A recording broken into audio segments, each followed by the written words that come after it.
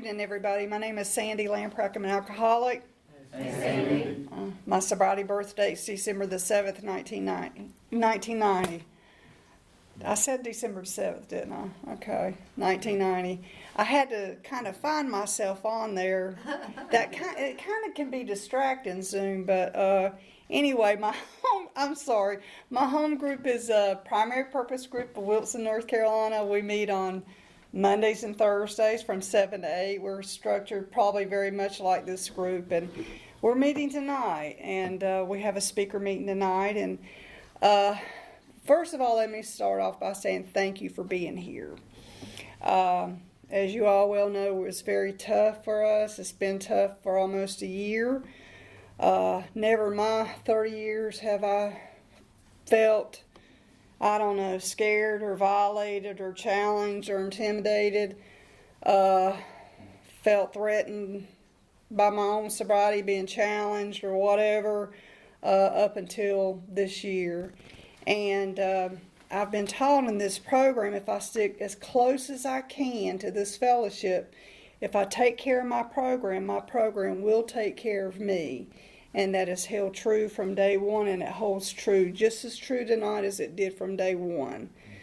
So thank you for being here for me, and watch out for Olivia. She's small, but she'll take you down.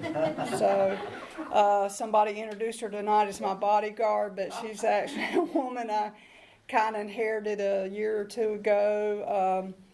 So she's been a lot of fun to work with. So I think I said some of my sobriety date. Sometimes I get that confused, and I said my home group, and I said my name right, so I got all the preliminaries out of the way. It's good to see everybody making an effort via Zoom. We too are hybriding it. We've been meeting live since September in our church. I'm all about live meetings. I do not want to go back underground. If necessary, I'll fight tooth and nail. If I got to meet out in a parking lot in a mask and whatever it takes, I'm about people. And I'm about alcoholics. And so, however, if you've got a sponsor like I've got one that I follow closely, I'll do whatever he tells me. So I'm here tonight. So one more time, thank you for being here. Steve said an excellent prayer tonight. He said he set the stones in motion for me to kind of tell you what I was like, what happened, and what I'm like tonight. The woman you see tonight is not the same woman that came in 30 years ago into Alcoholics Anonymous. I'm a different woman. And because of that, I think we often hear my life has changed. And yes, my life has changed. But as a result of my life's changing, I had to change. I had to look at life different. And the only way that I was going to look at life different is if I work those steps or practice those steps. And I'm trying to change that is if I work the steps, that's going to imply I'm going to have to do the work.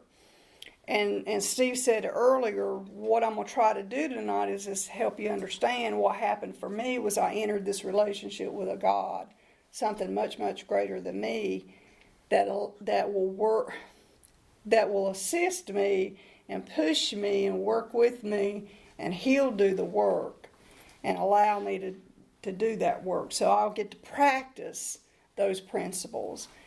And so I try to use the word practice rather than work, because it's going to imply if I have to do it, then there ain't no sense in me talking about God. So I can start off by saying, like every other alcoholic, I did a lot of drinking. Way before I took my first drink, you could have as a 5-year-old child, if you could have did an assessment on me, I was a budding alcoholic. I was an only child. I was a self-centered child. I was a lonely child. I was the epitome of a self-centered brat. I had a set of parents that doted on me. They give me everything under the sun, and so probably basically I was getting set up for extreme self-centeredness and self-absorption, but I don't think that was their intent. I was introduced to good Christian values Had a grandmother that would tell me bed stories at night. It's getting hot here. Tell me bed stories at night. She'd tell me about loving God, and she'd teach me about how this God of her understanding. You know that Bible story in the Bible talks about up in heaven where the lions and the sheep would be able to lay with the lions, and how peaceful that's how heaven was like. That's the kind of God she understood, and she would kind of introduce those concepts to me, and I just didn't get it. So being that she and both my parents were trying to help me grasp some soil and those Christian values, my head just did not want to grasp that. My head went a totally different way. It was often running into what Sandy wanted, Sandy was going to get. I found out I was adopted, which only led to my self-centeredness. Now, mind you, I've not told you about my first drink. I'm just setting you up to here. I'm a poster child, way before the first drink. But I found out I was adopted at the age of 11. Parents set me down. Guess what? You're adopted. And when I found out who everybody was, that just added one more ingredient to the confusion of how the inside of my head worked. Now, mind you, I'm that spoiled, rotten child that loved to play each parent against the other if I didn't get my way. But my family was like this. My biological mother on paper was my cousin. My adopted mother on paper was my great aunt. My grandmother that told me those lovely bedtime stories where the sheep lay down with the lions in heaven was biologically my grandmother. So going into these great big family functions, and I had all this confusion in my head, I was already automatically confused. So long story short, I didn't know who I was, nor did where do I fit in this family. And so it just added one more piece of that loneliness, and that sense of identification never meshed with me. I did very well academically. I loved to learn. I was very good in school. I loved to be challenged, but I never fit in. I never fit in the sports part because I used to say and think that I was just lazy when it come to that sort of thing. Like, you have tennis stuff and golf stuff, and I used to tell I didn't gravitate toward that because I was lazy. That's not necessarily true. I just was a poor sport. If I couldn't win, I just wouldn't play. If I couldn't be first, I just wouldn't be played. If I couldn't be picked first, forget it.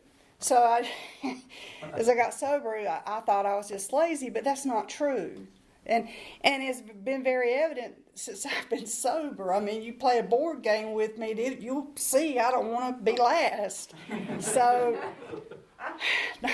I'm still growing.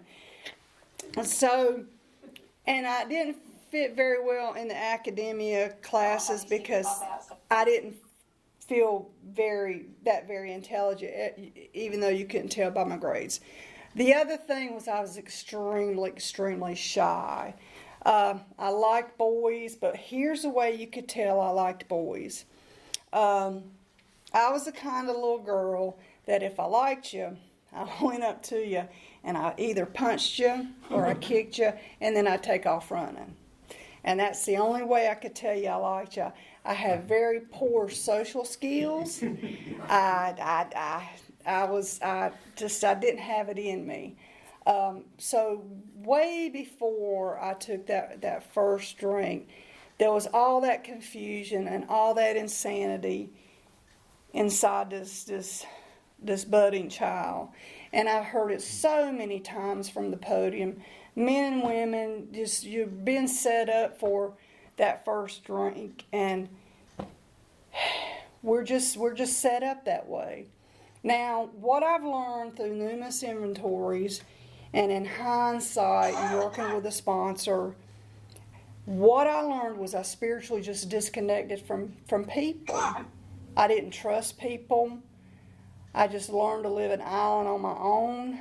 I didn't need your help. I learned to separate from you very, very early on, and that was evident in my family. Constant fighting with my parents. I started running away from school.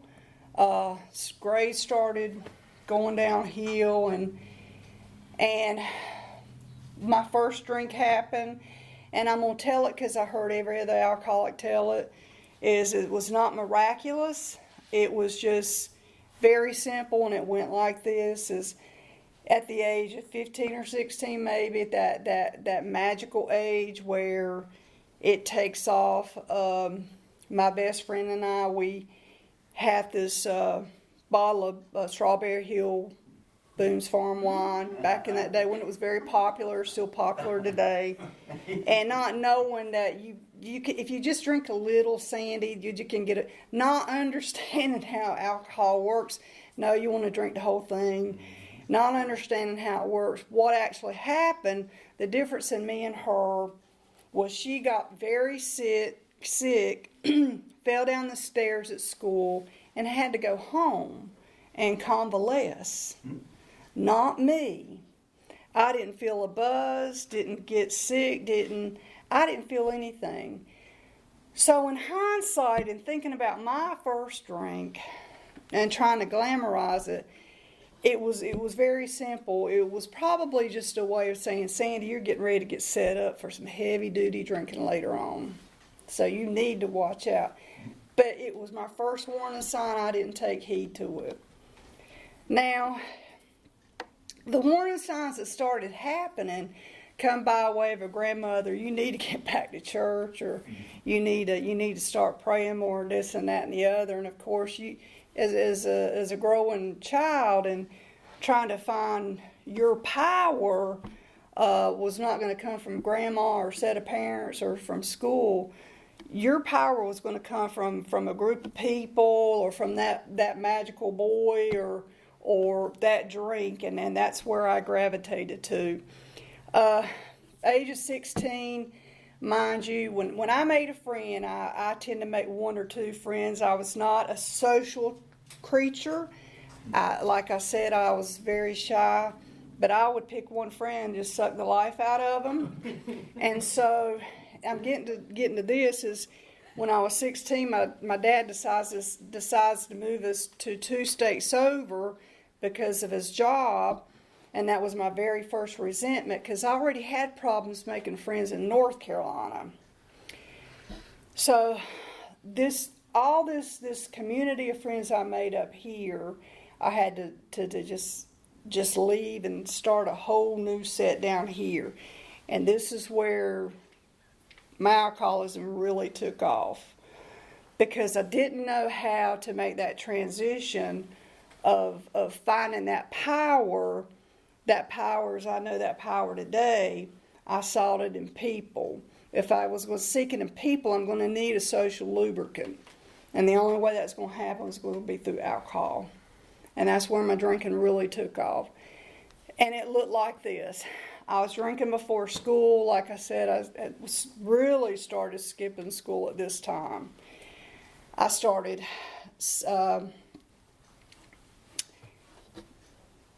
going out the windows at night when my parents would go to bed. I started beating that little boy out the window, trying to get home before my parents get up. I was doing things. Now, I'm an only child now. Now, I was doing things, if you've got a daughter, if you've got one daughter, an only daughter, and you're a parent, I was doing things you do not want your one daughter doing. I was doing those things. And so, in a matter of a year and a half, to look at from where I was in school to where they moved me out of the state, I had dropped out of school 6 weeks before graduating, and they were finding me in places that you do not want to find your daughter in a matter of a year and a half. And my parents were finding me, it would be called in places over the railroad tracks. And my friends were the kind of friends where if you were to go visit them, that their mother or father wouldn't be baking cookies, they would be doing other stuff. And their house would be, if you go in their house, their bathroom would be a one-room cinder block storefront where their bathroom was a, what do you call the paint can? It's a 5-gallon can where you put paint in, something like that. That's their bathroom, and it'd be a curtain in the corner, and you'd have to go potty in the paint can. That's my friend's bathroom. So those are my kind of friends. And that's where my parents would go find me when they couldn't find me. So in a year and a half, I had went from North Carolina to the state of Georgia to 6 weeks before graduating, dropping out of school, to my parents finding me in abandoned houses over the tracks. And my little boyfriend ended up in the state prison, an Alto State Prison in Georgia. So, needless to say, my mom and dad decided to move me out of the state of Georgia back up here in North Carolina. That's not what their dreams and their plans were for their daughter. Because remember now, this is the daughter they had adopted, and they had a whole new map. They had a different map for me. They wanted something special for me, and I just simply broke their heart. Because remember now, it was all about me and my way. So we end back up here, and it didn't stop my drinking because my alcoholism got worse. And I began to notice that when I wasn't drinking, fear gripped me. And then the fear was I was basically just scared of people. I was so self-absorbed, I was scared I had these bizarre thoughts of what you thought about me. And I was, scared you didn't like me or you wouldn't accept me. And if you didn't accept or like me, you'd leave me, and that'd leave me alone. And God knows I didn't want to be alone, and where would that leave me? So I had to drink. Because I noticed when I started drinking, that would ease up that fear. So my mom and dad said, well, you know what, you're an adult now, you probably need to be working, because they were tired of me, mooching off of them. I was of age, and it was about time I got a job. So I got a job and ended up working in the textile industry, if any of you are familiar with that. And generations and generations of this in my family. And then when you don't have a high school diploma, that's where you end up at, is working in the mill. That's all you can do. And that's not what I wanted for my life. When I was younger, I envisioned myself working as a professional woman, or either marrying a lawyer or a doctor. I mean, that was my dreams. That was my parents' dreams, but it just was not meant to be because my alcoholism got in the way. And got my first job, nevertheless, and started to earn a little bit of money. But that loneliness thing still hovered over my head because I didn't know quite how to make friends, and especially when it came to the opposite sex. I had grown past I was a little bit too old to go up to a grown man, and push him around and take off running. I was a little bit too old for that. So drinking helped a little bit because now I was drinking on the job. And so another thing I started doing was I started chasing this man on the job. And I chased him. And I chased him just like you would not want your sister nor your grown daughter to chase a man. And when I chased him, I got him. The bad news was his wife didn't like that. And so my alcoholism made that okay. My alcoholism allowed me to deal with that. And my sobriety didn't. And my sobriety paved the way to kind of help me make those amends and make that situation correct. And not make that mistake again. And help me to help other women not make that mistake. It's a good job. So, Interestingly, that man became the third leg of my stool. I've got this three-legged stool I sat on during my alcoholism. Had two parents, and this man who became my God. These three people in my life took care of me financially, took care of me emotionally, materialistically. Anything I wanted, they gave me. They were actually my God. Never mind, that grandma was in the background. You need to get there's this other piece that's missing in your life, this supernatural relationship. I don't want to hear it, Grandma. So I do. No. And so, again, when you're drinking,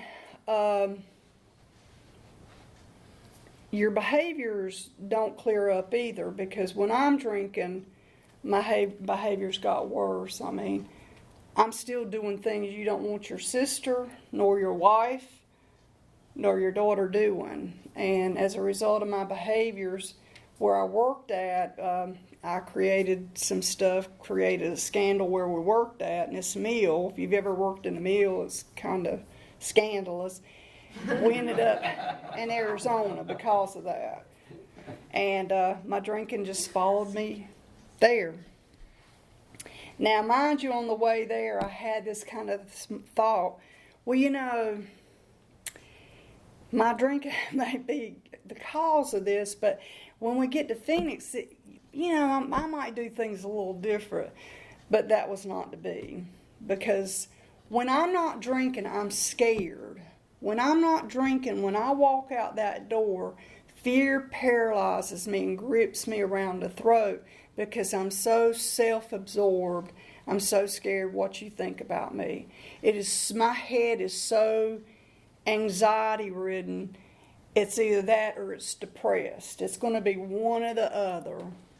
And the only thing that can make that a little bit livable is a drink of alcohol. And sometimes I would overshoot that. Now, the progression of my alcoholism, it took off. By this time we get out there, we're living with my in-laws, and it's so bad because I'm not working. I have to drink now. I'm drinking 24/7, to where my father-in-law is finding me passed out in his recliner, drinking his alcohol. He's marking his liquor bottles because I'm drinking his booze daily. He's finding me at 10 o'clock in the morning drunk. I'm creating a lot of chaos in his family by my mouth when I'm drinking. When I go to the grocery store grocery shopping, I can't go to the grocery store, nor can I go to the movie theater without taking liquor with me. Simply can't walk out, touch the pavement without drinking. It just gripped me, and by that time, I'm drinking to 1 to 2 places. I'm either drinking till I'm passing out, or I'm drinking till I'm violently ill, and that's how my drinking basically ended. I'm a young woman, no children. I have three people taking care of me. I intuitively knew that was not how to live. I knew that because I'd watched normal people live. I watched them go to college. I watched them work. I knew there was normalcy in the world. I knew that. I knew people could survive and not deal with fear normally, but I didn't have it. I didn't have it, and I refused to allow a God in my life because I thought I knew better. I thought I was bigger and better than that. I got my life. Thank you very much. I can do this. Really thought I was all that. I really thought I was all that. That was not to be. 1987. 1986. In the heyday of treatment centers.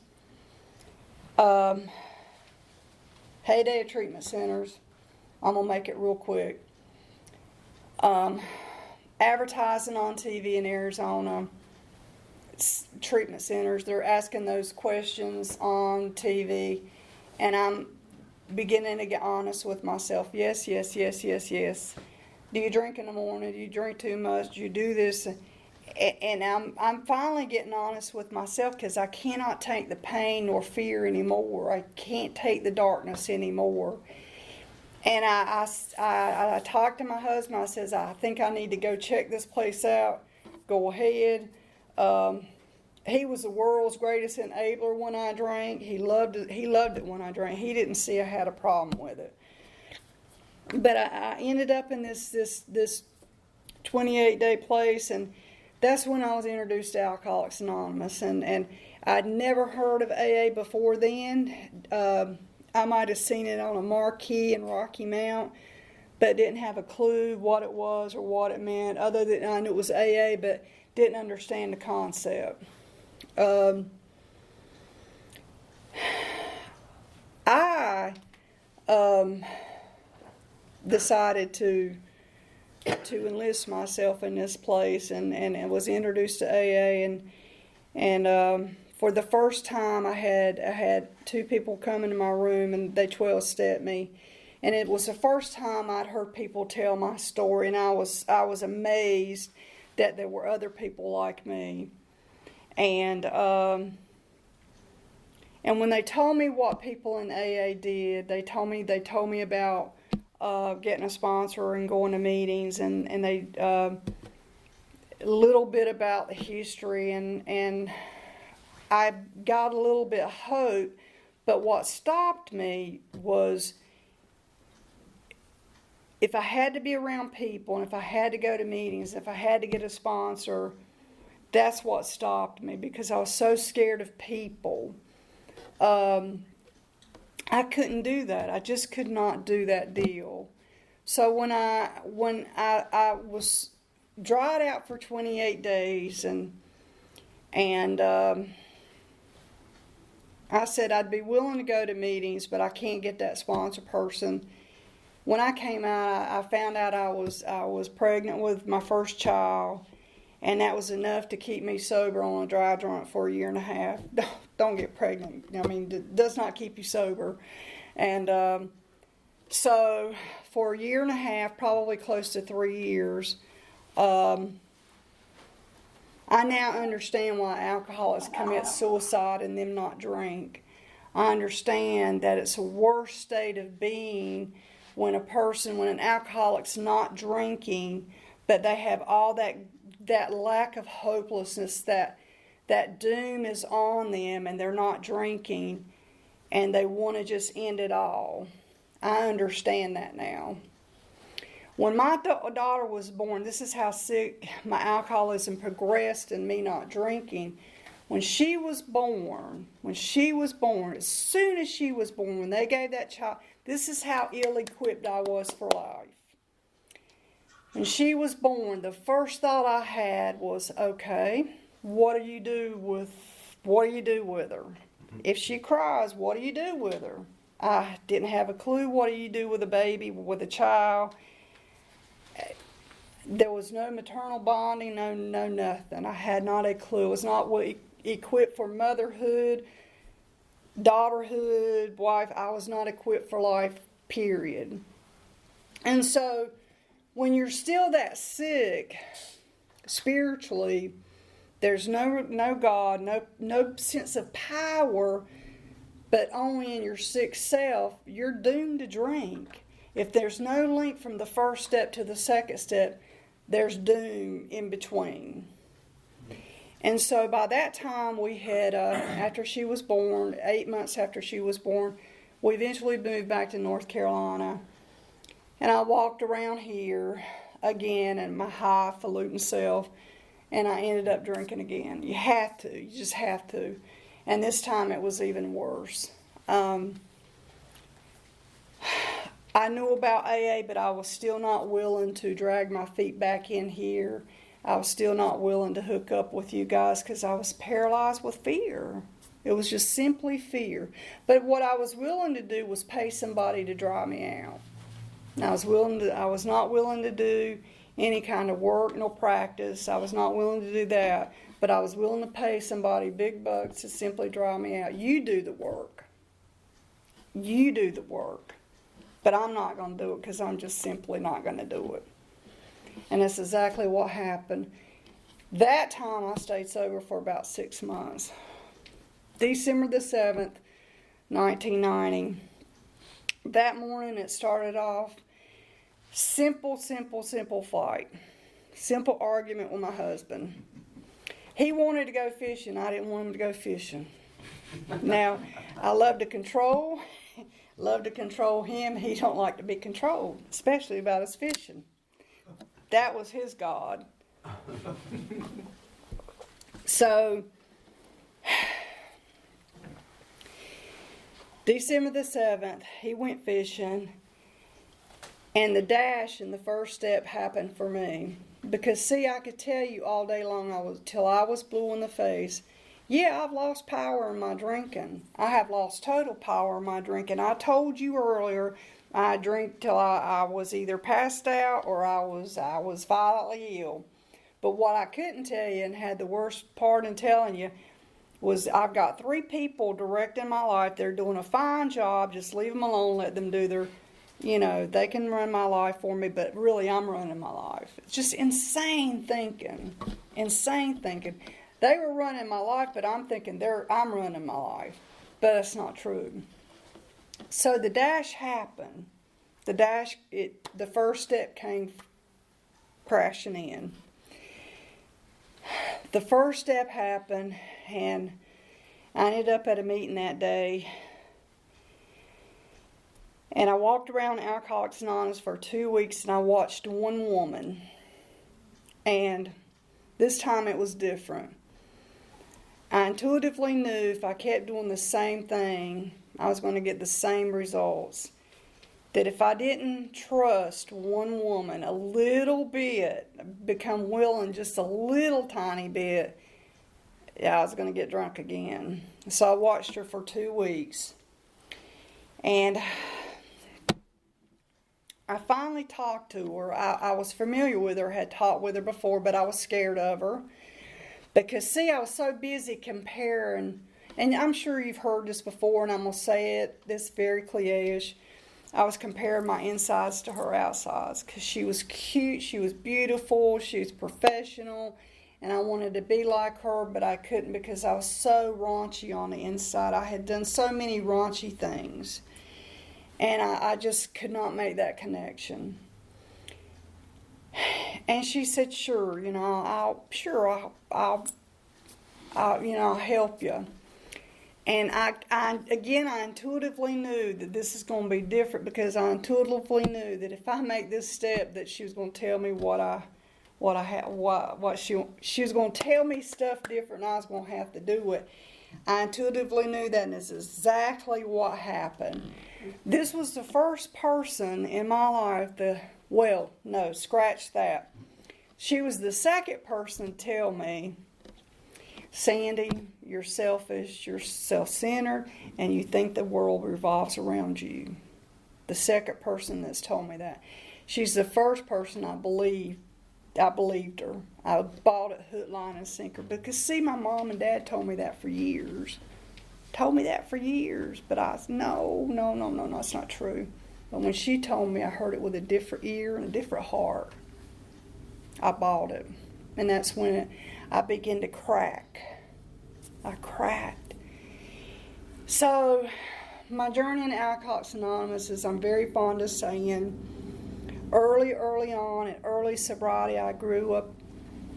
I got sober in the shadow of men, believe it or not. Early on. And Steve Daniels, probably Steve knows more of these men, got sober in the shadow of strong members of Alcoholics Anonymous, and one's on Zoom tonight, that I'll be forever indebted to these men. But for the most part, this woman set in stone the things I needed to hear, because she's the one that introduced me to the second step. And that was the introduction to a relationship with God. But this God looked in the form of a home group first. She told me, she's the one who introduced me to the concept of being responsible within a home group first. She says, I don't care what you do at home, but what I do care is what you do about in your home group. And what you'll do is you'll come to your home group 3 times a week, because this is how often we meet. You'll show up early, you'll leave late, you'll make coffee. Now mind you, I'm not a cook, never been a cook. I don't know how to make coffee, Christy. Well, good, because we're going to show you, we'll write directions down and we'll show you how to make coffee. You'll set up the meeting. We're going to show you how to chair. And when you come down in the basement of the principals group, you're going to go around the room and you're going to meet all these people that you're scared of.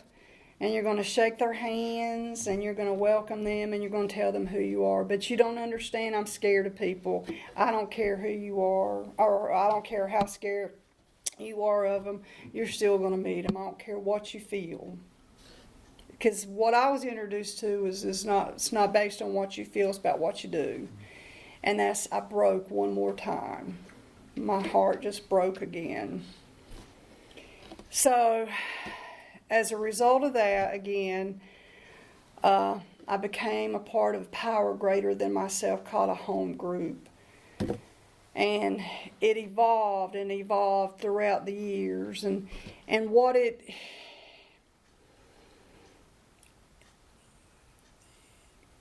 I guess the biggest part of the message is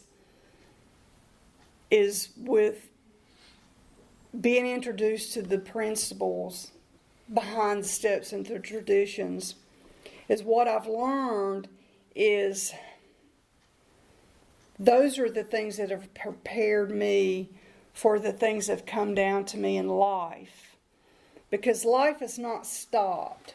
That fear that I've told you that I experienced behind meeting or being around people that have always scared me, what's helped me deal with that are the principles behind the steps. More so than that is life has come at me very hard and heavy. If you've been sober long enough, Steve probably knows this and Daniel probably knows this, if you've been sober long enough, it doesn't stop life from coming at you. If anything, it's going to come harder at you. Did I say that right? I said that right. And so I've experienced oh my God, a ton of things since I've been sober. And so as a result of the principles behind the steps and practicing those principles, they've changed me. But more so with the power of the God that I understand, and with His assistance and with His help, and His molding me and transforming me into the woman that He intended me to be whenever He wanted to be, has prepared me for many heavy-duty things. So what I'm like today is being, and I'll just share a couple things since I've been sober. So that 3-legged stool,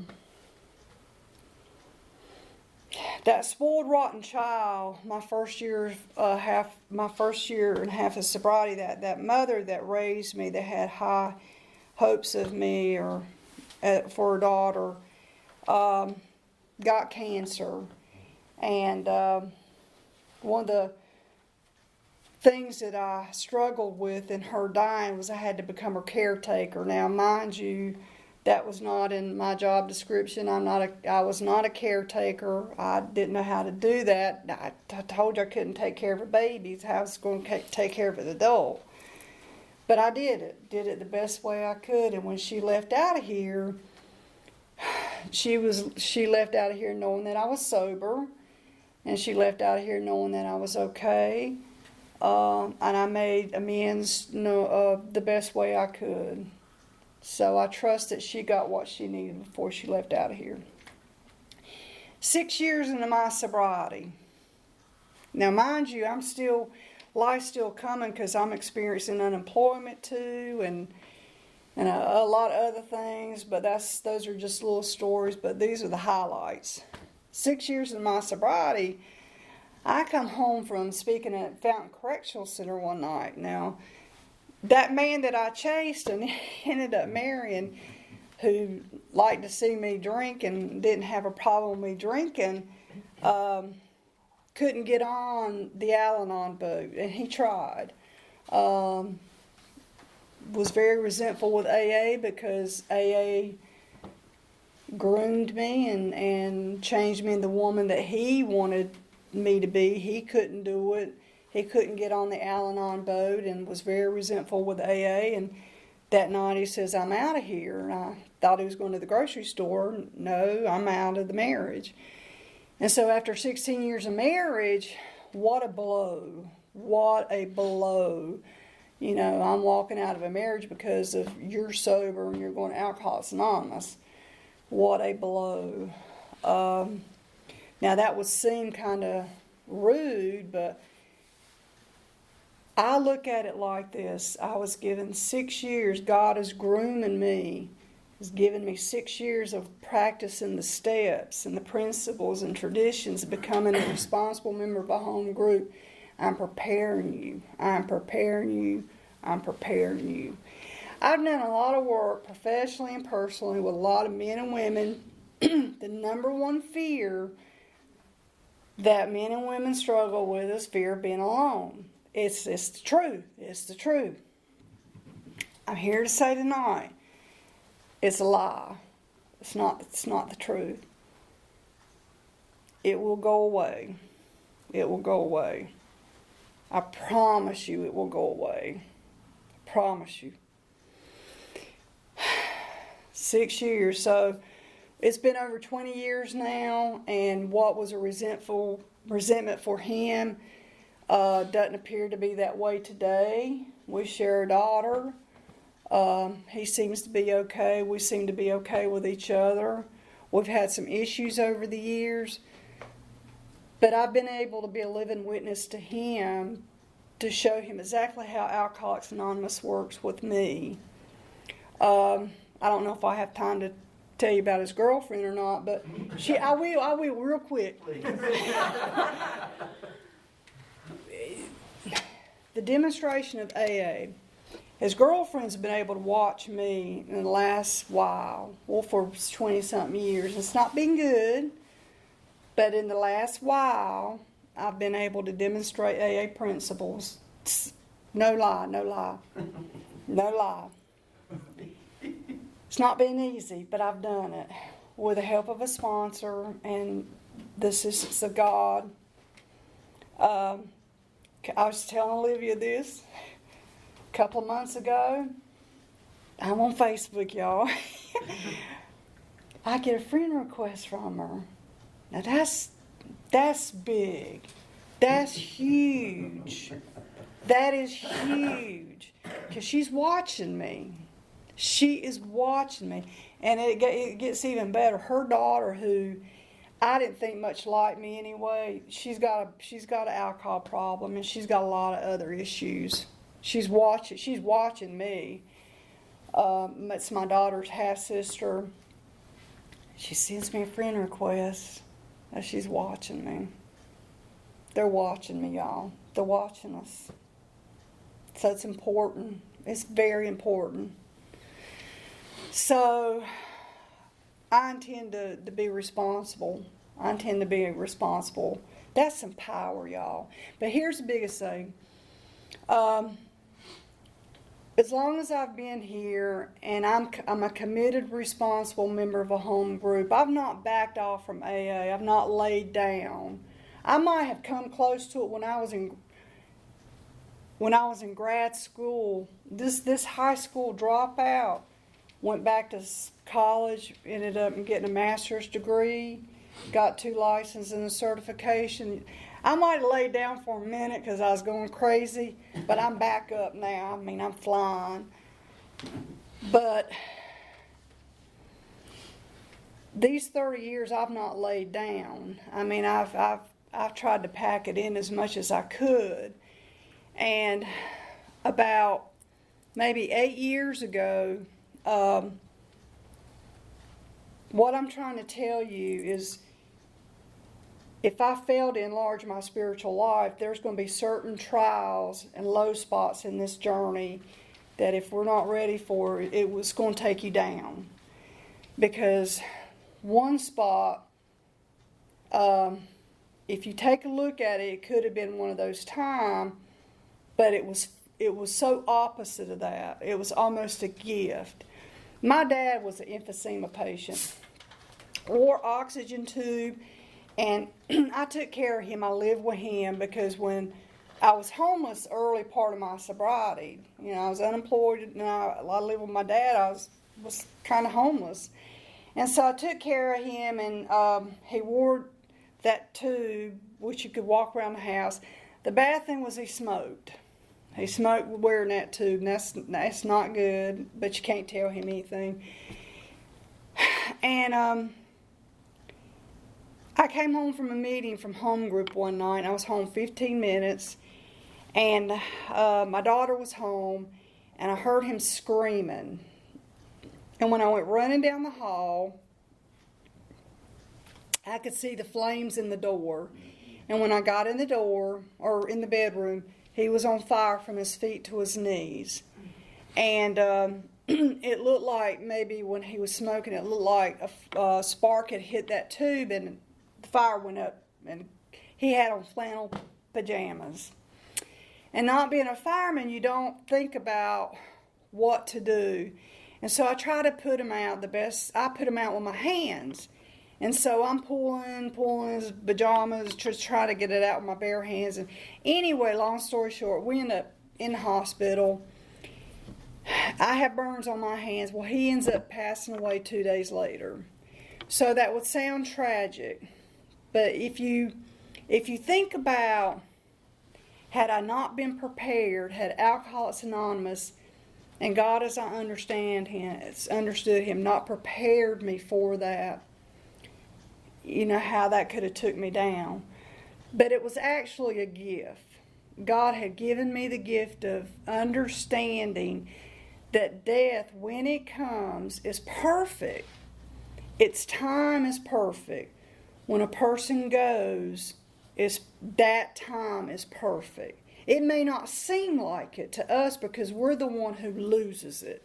We're the ones that are at loss. We've lost it. That's because we're self-centered by nature. But that's to God's time saying, no, they're coming home. But I was given a gift of understanding that it's God's time.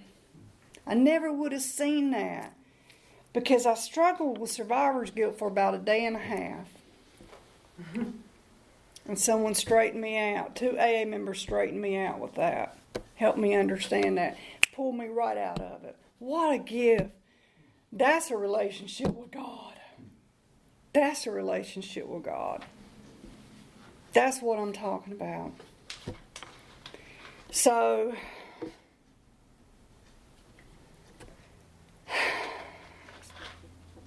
I am a changed woman. So, that's because of the power of this program.